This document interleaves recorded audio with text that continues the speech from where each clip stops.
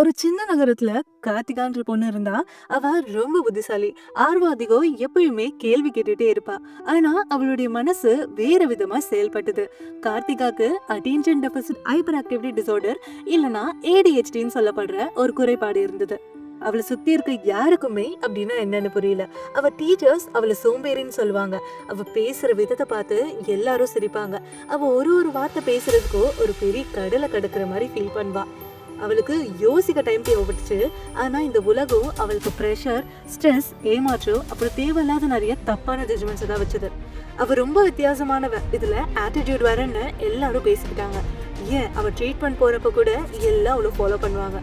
யாராச்சும் அன்பா பேசினா கூட அவங்கள நம்புறதுக்கு அவளுக்கு கஷ்டமா இருந்துச்சு. எல்லாம் முடிஞ்சு இப்ப அவ பேரண்ட்ஸ் கிட்ட பேசுறது கூட நிறுத்திட்டா. அவ கோவமா இருந்ததுனால இல்ல, அவ வழி எப்படி சொல்றதுன்னு தெரியாம தான். இந்த வாழ்க்கையே நமக்கு வேணான்னு எத்தனையோ நைட்டு யோசிச்சு எழுதிருப்பா. ஆனா ஒரு ஒரு முறையும் உள்ளுக்குள்ள ஏதோ ஒண்ணு அவளுக்கு குறிச்சு வச்சிருந்தது. இன்னைக்கோ கார்த்திகா அவ வீட்டுக்குள்ள தான் இருக்கா. பட் அவளுக்கு நம்பிக்கை இருக்கு. அவளை பார்த்து பரிதாபப்படுறத அவ விரும்பல. ஏன்னா சில நேரத்துல பெரிய போராட்டத்தை நம்ம யாராலையுமே பார்க்க முடியாது. யாரோ ஒருத்தர் எவ்வளவு ஸ்ட்ரகிள்ஸ் தாண்டி வராங்கன்றதே தெரியாம இங்க நம்ம நிறைய பேர் தப்பா தான் ஜட்ஜ் பண்ணிட்டு இருக்கோம். எல்லாம் சேர்ந்து இதை புரிஞ்சுப்போம். ஆட்டோமேட்டிக்கா எல்லாமே மாறும்.